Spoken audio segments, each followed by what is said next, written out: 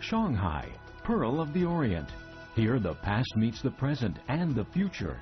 Join Travelogue in Shanghai and stroll with us along the historic Bund. Feel the pulse of a sophisticated city that never sleeps. Come and experience Shanghai, the vibrant metropolis. For where to go and what to do in this iconic city where East meets West, watch Travelogue's series from Shanghai. Hi, I'm Mark Edwards. Welcome to Travelogue and welcome to Shanghai. Shanghai is a city of superlatives. In Shanghai, stunning neoclassical buildings sit side by side with dazzling skyscrapers and superstructures. But above all, this city still retains the traditional aspects of Chinese culture that make Shanghai exactly what it is, unique. Shanghai, sometimes known as the Paris of the East, is a city of almost 20 million people, which has transformed itself from a fishing village into a bustling trade port and then world-famous business centre. It's a city with visions of a warp-speed future where old and new meld into one. Time to go and explore. Right, let's go and check out the Shanghai subway.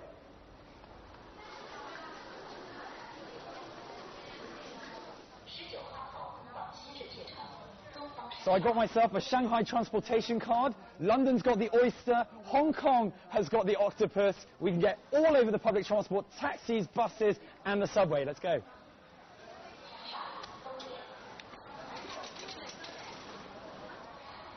So with the Shanghai Metro service, you can get pretty much anywhere in the entire city. So if we have a look all the way on the west side to Hongqiao Airport, all the way to Pudong Airport here on the east side, we've got Nanjinglu, Pudong. There are 11 lines overall, and we're going to head right into the city centre to Renmin Square right there. Like in many of China's major cities, traffic jams are commonplace here. But on the plus side, there's Shanghai's slick metro system, which is an efficient way to avoid them. Announcements are in both English and Chinese, and the trains operate daily from 5:30 AM to 11 PM. Take a quick stroll from People's Square to Nanjinglu, the famous old street that leads you to the Bund. So when you come to Shanghai, there's going to be so many places you have to see, and one of them is here on Nanjinglu. This place, over 100 years ago, used to be the pre-eminent shopping and entertainment district in old Shanghai. Not much has changed, as you can see, except maybe some of the brands have got a bit more modern. East Nanjinglu, from the park to the Peace Hotel, is often referred to as China's Golden Mile. It's a pedestrianised area that's almost always packed. And if you stroll down here at night, you'll be greeted by flashing neon lights, and during the day, a carnival-like atmosphere. Make your way past the Peace Hotel towards Shanghai's #1 must-see tourist attraction. The Bund is a 2-kilometre sweep of historic buildings and a perfect introduction to Shanghai's glorious past. Filled with banks and institutions, to Europeans, it was Shanghai's Wall Street. Particularly beautiful at night, the best thing to do here is simply to stroll. So when you come to a new city, I always think it's worth, if you can, find yourself a local person who probably will be able to tell you some of the things about a particular city. In this case, Shanghai, I think it's particularly important because there's so much history and stories behind all of the fantastic architecture. I found a guy from my guidebook who's a contributor called Patrick. Hopefully he'll be able to help us out.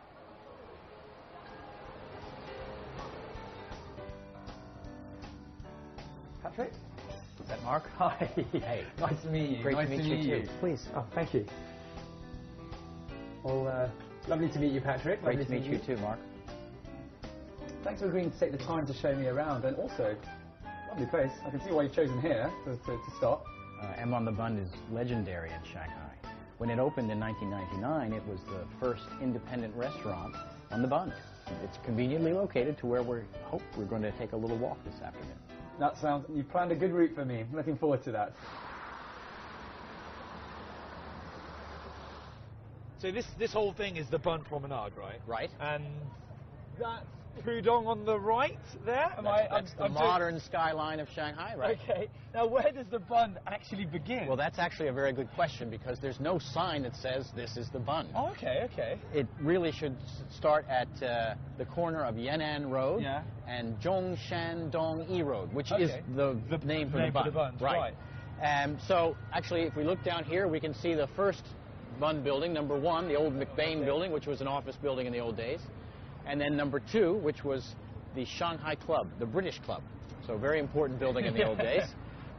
It's being renovated into a hotel. Number 3 is called 3 on the Bund. Very descriptive. That was also an office building in the old days.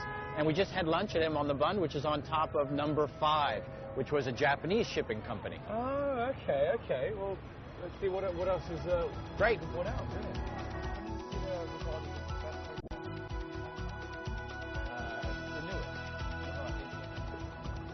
The building at number 9 is an interesting one, Mark, because it's from what I call the second generation of Bund buildings. You can see that it's made from brick, only goes up 3 floors, and it has those open verandas. Right. That's the former China Merchant Steamship Navigation Company. Okay, and so I take it by former, it's not still that now? No, no, no. Like many of the other buildings on the Bund, it's been renovated into a destination shopping, dining, or entertainment area. That's a retail clothing shop now. Okay. The next building over is one of the most important on the Bund, the former Hong Kong Shanghai Bank. And when it was built in 1923, Hong Kong Shanghai Bank wanted to make a statement because it was the most powerful financial institution in the Far East at that time. And this is one of the grandest on the Bund. If you have time, go in and take a look at the mosaics in the rotunda there. It's a functioning bank, so we can't shoot in there now. The next building is also an important one, Mark. That's the old Customs House building from 1928, and it has a very distinctive clock tower on the top. Chimes every 15 minutes. Everyone on the Bund will always know what time it is. That's right, won't get lost. What is that now? Number 17 with the AIA on top used to be the North China Daily News, the largest English language newspaper in old Shanghai, British owned. Number 18 was the Chartered Bank, an important bank. Today it's Bund 18, another destination shopping, dining, entertaining, right? Okay. And then the next one with the brick facade was the Palace Hotel, built in 1906. So if you had come to Shanghai in 1910, this would have been the place to stay. Where you would have stayed. What about this building here? Well, this is perhaps the most iconic of all the Bund buildings, the Peace Hotel, or as it was known before 1956, the Cathay Hotel. It was the flagship property of one of the great characters of old Shanghai, Sir Victor Sassoon. And there are lots of stories about that building. And the next one over, the Bank of China, is the only Bund building that incorporates some Chinese elements into its design. Both the Bank of China and the Peace Hotel, or the Cathay Hotel, were designed by the same architectural firm, Palmer & Turner, which was responsible for designing 7 out of the 24 Bund buildings.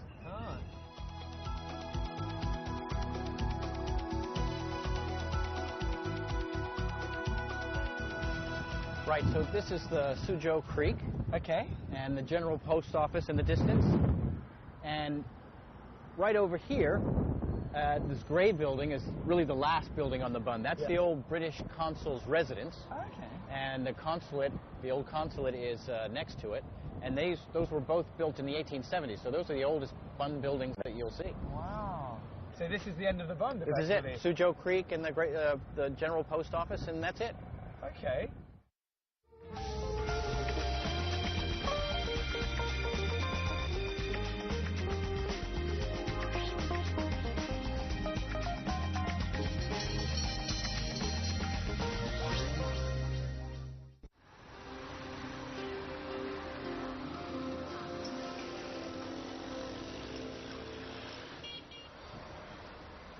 So I always think one of the best and most inexpensive ways of discovering a city is via their public bus service. And here in Shanghai, it's no different as long as you can avoid the rush hour. Now, much like the big double bus deckers in London, you might get a chance to see them like we have today. Ni hao.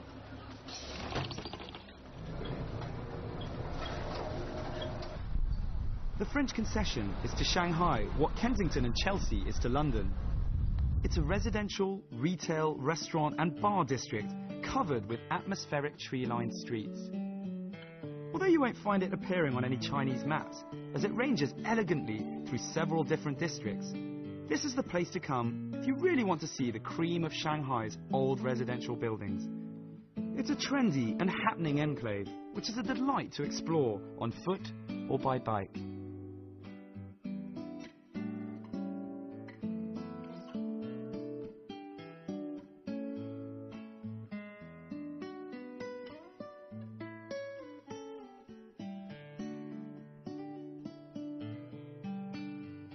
It's a perfect opportunity to let my local guide, well, guide me. A very interesting story is really across the street, because this is the old Song family compound. So each of the famous Song sisters and their brothers had houses in this compound. Each one of them had their own house in the compound. And this one belonged to Song Meiling, who was Chiang Kai-shek's wife. So we can go over and take a look if you want. Yeah, let's go and have a check it out. So today, this building is part of the high school attached to the Shanghai Conservatory of Music. Oh, so it's a school.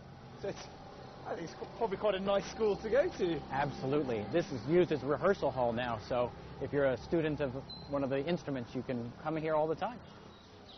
All of the houses in this complex were built using materials imported from other countries. Each house was made in the architectural style of a different country. As a tip, it's worth looking for a converted boutique hotel to stay in when you're in Shanghai to really get an idea of the architectural elegance of the houses in this area. So this is Madame Song Qingling's former residence. There aren't any signs in English, so try and remember number 1843. Let's go and have a look. Born in Shanghai in 1893, Song Qingling is known to many as the Mother of China. From an early age, she began to speak out against the dreadful conditions endured by women in her home country. She did so in a non-violent manner, expressing her ideals of liberty and equality. For 7 decades, Song Qingling was active in both the political and the social arenas in China, becoming honorary president of the People's Republic.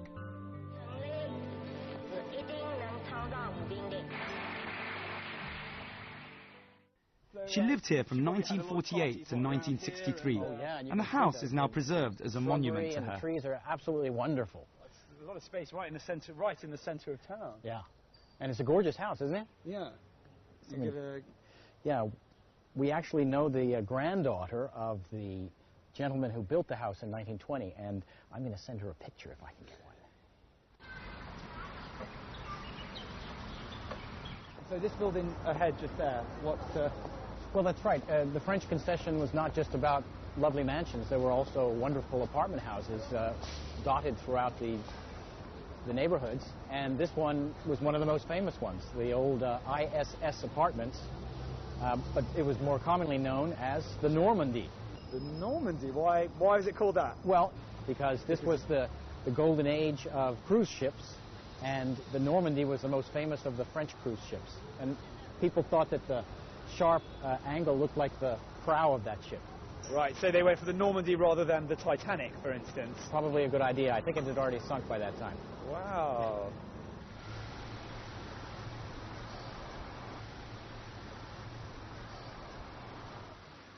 So The French concession is filled with little lanes and corners like Ferguson Lane. Here you'll find restored buildings housing, amongst other things, swanky bars, restaurants and art galleries. It's in these types of places where you can get a feel of the East meeting the West, which Shanghai is famous for. The high life is enjoyed today just as much as it was the last century. What do you feel about what is it that makes Shanghai unique, or what it is? Well, obviously I like living here. It's a very stimulating place to live, and I think part of the reason it feels so comfortable is that the Shanghai culture has been produced by kind of a melding of foreign influences and Shanghai influences, and the lifestyle is very comfortable. Cheers. Cheers.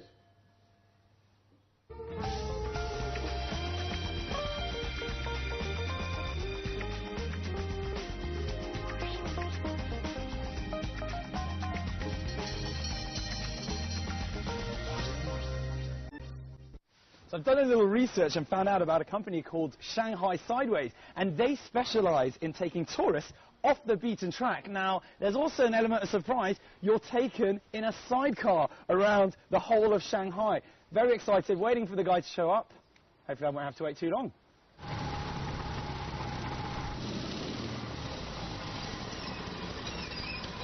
Yep. Hey, I'm Thomas. Thomas, yes. Right. Assuming by the sidecar. Shall I just get in and we hop on and we'll go for an exploration of Shanghai. Right, Shanghai off the beaten track. Let's go. Woo!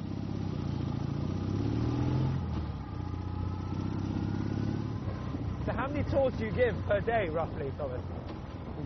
I guess right now we're at about 5 tours per day. Ah. And growing.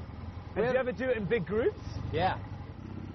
Whether you're new to a city or a born and bred local, it's always good to try new things.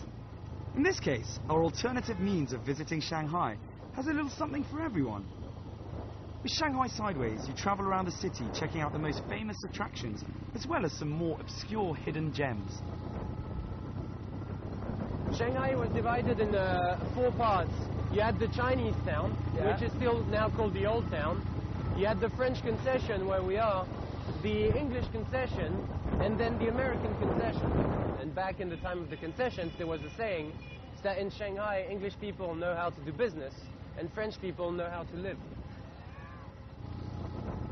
I'm taken to one of Shanghai's most famous residences, the postmodern greenhouse on Tongren Road.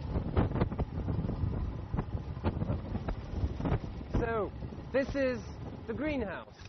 This here? Yeah. So this place was built in 1938 by a Hungarian architect and is one of a kind. Can we check it out? Can we go in and have a look? Sure, absolutely. See what it's like inside? The beauty is in the inside. Yeah, cool.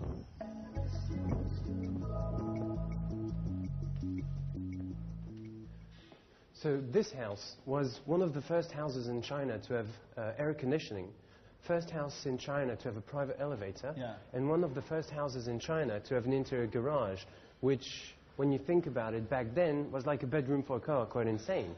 Putting your car to sleep, I think, probably wouldn't have gone down that well in those days. Absolutely. It was the most modern house in Asia some 80 years ago, and it still doesn't look out of place today, and probably won't in 100 years' time.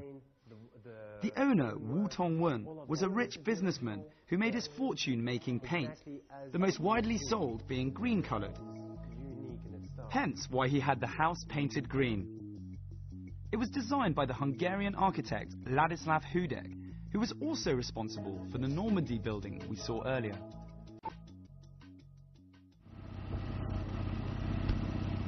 How do you know all of these places? Well, the best way to explore a city is by getting lost, and I did my share of getting lost.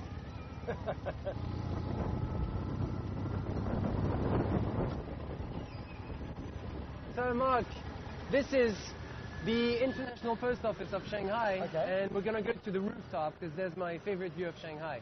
All right. Shall we? Yeah, let's do it. It's going to be toasty warm, this is. It's an interactive trip where you're paired with a knowledgeable tour guide. This is your favorite view of Shanghai? Absolutely. This is the International Post Office, which is actually quite an old building, and which gives you a fantastic view of Pudong, Lujiazui, so over there, the financial district, and Puxi, where we are, which is the older part of Shanghai. Very clear as well. Ranging from 1 hour to 4 hours, you can take a trip with up to 60 people where you'll ride around in a convoy. It costs just under $150 for the full 4-hour interactive tour. And do you often bring people up here? Yeah. When you stop off and bring them up here?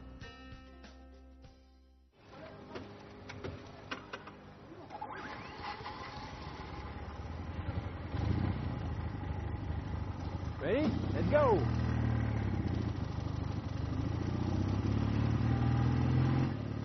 They'll take you to a swanky Art Deco building housing several restaurants and cafes and a place for holding art exhibitions. It's called 1933 and was built from Portsmouth concrete imported from the UK. So this place was reopened to public in 2007 as a creative centre. So before that, no one could come in? No one could ever go. Now hold your horses. Check out here. The perspective down there is quite unique. So you can see. This used to be Shanghai's only fully incorporated slaughterhouse, where everything from holding, slaughtering and packaging was taken care of here. So that's it? Well, yeah, Mark, this is the end of our tour. Hope you liked it. I had a fantastic time, Thomas. Thank you so much. Well, thank you. Cheers. Cheerio. Bye-bye.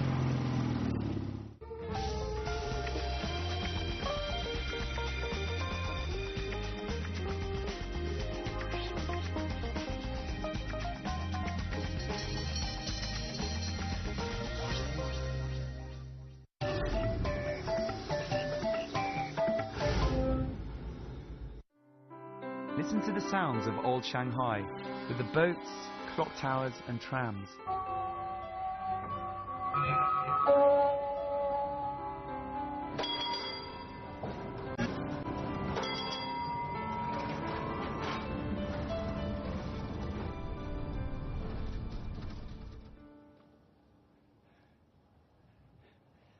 So it might seem like I've time travelled some 70 or 80 years to one of Shanghai's most famous old streets. That is Nanjing. I, of course, haven't time travelled. We're in the present day, but we're here at the Shanghai Film City, where they recreate some of the most famous sets from some of the greatest Chinese films of all time. What do you think? Shanghai Film City was opened in 2001 and is one of the largest studios in Asia. Situated in the Songjiang district, it's a journey of around an hour from Shanghai city centre. The whole park is laid out like a miniature old Shanghai. You'll be able to find fully furnished old-style buildings, railroad cars and old streets. So if you're feeling lazy, as I almost always am, you can hop onto this special type of transportation and have some special companions as well, from the looks of things. There's another reason to head out this way, as you might be able to chance upon the actual shooting of a movie or TV program and rub shoulders with the stars. You might be able to spot the outdoor sets of Kung Fu Hustle or The Mummy 3, which were all filmed here. The studio's open from 8 AM to 5 PM, and the admission fee is 50 RMB. The Film City has given me a taste of the old school lifestyle. Let's see if we can find more in the city centre. So I've made it to Shanxi Nanlu to come and visit one of the symbols of old Shanghai architecture. It can be found all over the city, but here it's one of the best preserved. That is the Shikumen, or the stone gates that can be found. This place is called the Cité Bourgogne, which has been around for 80 years. Bit loud. And many of the inhabitants here are same ones that were here 80 years ago. Let's go and have a look. The most typical Shanghainese architectural form is the Longtang, or lane neighbourhood. Over 70% of Shanghai's residents were born and raised in these narrow lanes with their tightly knit communities. Each of the dwellings has a shukumen, which is a stone gate entrance, and the lanes are lined by an exterior wall. In these places, everyone knows everyone else.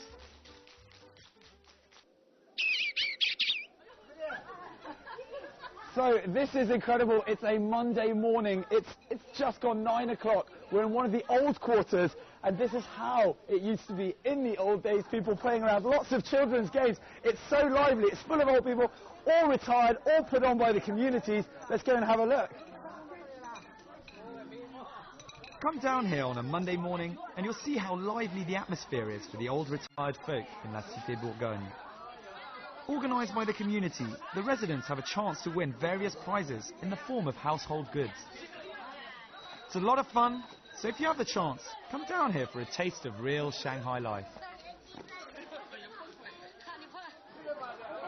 I'm pretending I'm having a little queuing session, about to have a game, and just going to try and ask some questions.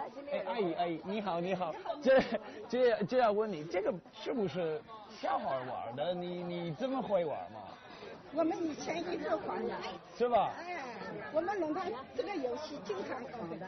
哎，你多少年住在这个地方？我住在这里啊，我离在那附近都要40多年了。70多年。现在75岁。哇塞，你哎呦。 Famous for being fast-paced and modern, Shanghai still retains the essence of a traditionally Chinese city. So make sure you don't miss out on those older parts of town when you make your way here.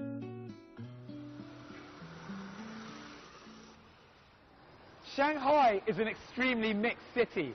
On the one hand, you've got the international side with the five-star hotels, the large malls and the Western restaurants. On the other side, you've got the slightly more cultural aspect with the incredible architecture and the old houses that you simply have to go in and take a peek at. Unfortunately, got to wrap up the show for today. Hope you've enjoyed the last half an hour and I'll look at an older, more traditional side of Shanghai life. I'm Mark Edwards and I'll catch you very soon on another episode of Travelogue.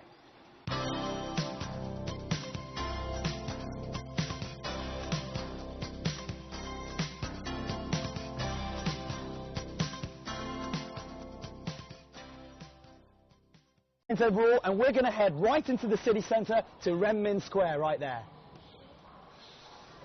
Like in many of China's major cities, traffic jams are commonplace here. But on the plus side, there's Shanghai's slick metro system, which is an efficient way to avoid them. Announcements are in both English and Chinese, and the trains operate daily from 5:30 a.m. to 11 p.m. Take a quick stroll from People's Square to Nanjing the famous old street that leads you to the Bund. Shanghai, sometimes known as the Paris of the East, is a city of almost 20 million people, which has transformed itself from a fishing village into a bustling trade port, and then world-famous business centre. It's a city with visions of a warp-speed future, where old and new meld into one. Time to go and explore. Right, let's go and check out the Shanghai subway.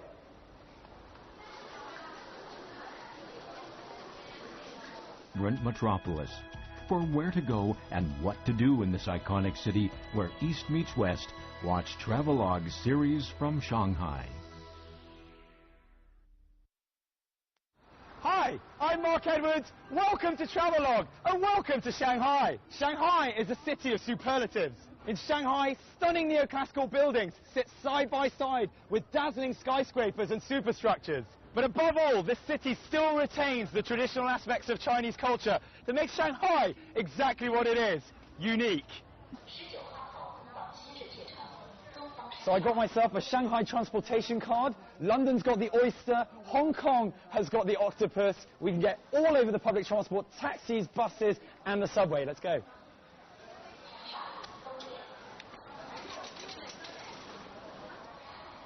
So with the Shanghai Metro service, you can get pretty much anywhere in the entire city. So if we have a look all the way on the west side to Hongqiao Airport, all the way to Pudong Airport here on the east side, we've got Nanjing, Pudong. There are 11 lines.